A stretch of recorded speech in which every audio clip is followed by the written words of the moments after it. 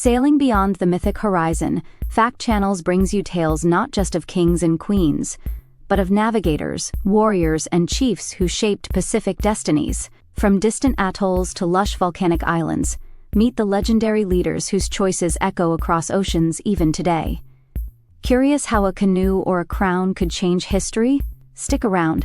Some of these stories are almost too extraordinary to be true. The Pacific Ocean, an expanse of blue stretching from Asia to the Americas, cradles vast archipelagos whose histories are rarely told. Within these islands, remarkable leaders have risen, figures whose legacies have shaped their nations and defied expectations. Imagine an empire of coral atolls and volcanic peaks, ruled not by a distant monarch, but by a queen whose wisdom rivaled her courage. Ka'ahumanu of Hawaii, once consort to Kamehameha the Great, became Hawaii Tainti's first Kuhinanui, co-ruler, and shattered taboo-laden traditions that had held sway over centuries. Few outside Fiji know of Ratu Sukuna, who transformed himself from wartime prisoner to architect of modern Fijian governance. Educated in England and scarred by World War I, he forged unity among fractious chiefs and laid the blueprint for a self-governing Fiji, blending colonial systems with native customs in a delicate balancing act. What would you do if your people faced total annihilation? Tui Tonga Tuluaki Mata, the first-faced king of Tonga's mighty maritime empire, answered that question a millennium ago. By weaving together disparate clans through marriage alliances and ceremonial gift-giving, a strategy that brought peace without bloodshed across thousands of miles. In Samoa's misty valleys, the tale of Salamasina endures. Born of rival royal lines, she was raised in secrecy to protect her life but later crowned as the first ever Tafaifa, the holder of all 4 paramount titles. Her gentle diplomacy and shrewd marriages brought about an era of unprecedented unity, remembered even today in Samoan chants and tattoos. Picture Papua New Guinea in the early 20th century, a land fragmented into hundreds of tribes speaking 1,000 languages. Out of this cacophony emerged Sir Michael Somare, son of a policeman and a missionary's daughter. Against the odds, he shepherded his country to independence without warfare, his charisma forging a nation where others saw only chaos. Not all leaders ruled from thrones or parliaments. In Aotearoa, New Zealand, Te Puea Harangi rebuilt the Waikato Tainui people from devastation after colonial invasion. Her vision wasn't born from conquest but compassion. She gathered orphans, revived language and traditions that had nearly been extinguished, and led mass mobilization against conscription in World War I, making herself both revered and reviled.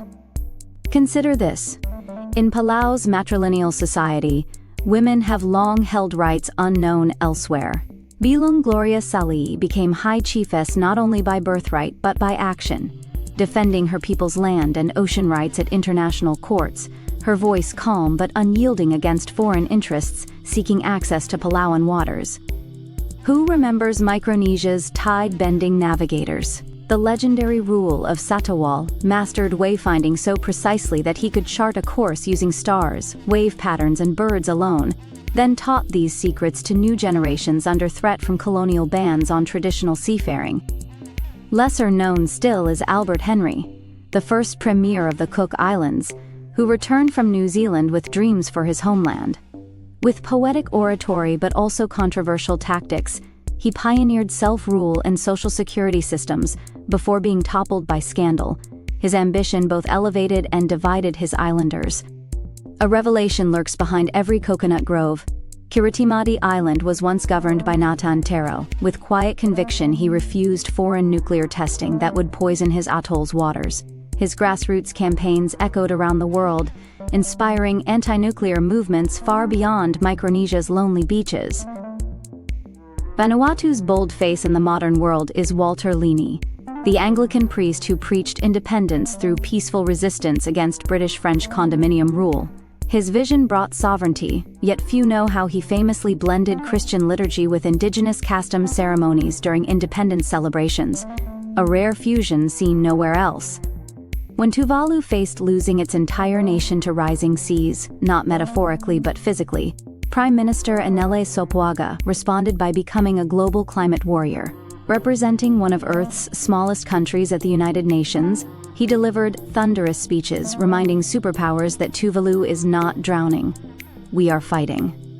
Maori warrior chieftain Te Raparaha, so often depicted as ruthless conqueror, hid another side, poet and composer. He penned Ka Mate, the haka now performed on rugby fields worldwide. The chant echoes both defiance and survival. Coded messages once carried through enemy territory beneath rhythmic stamping feet. If you enjoyed these facts, don't forget to like and subscribe for more amazing discoveries from Fact Channels.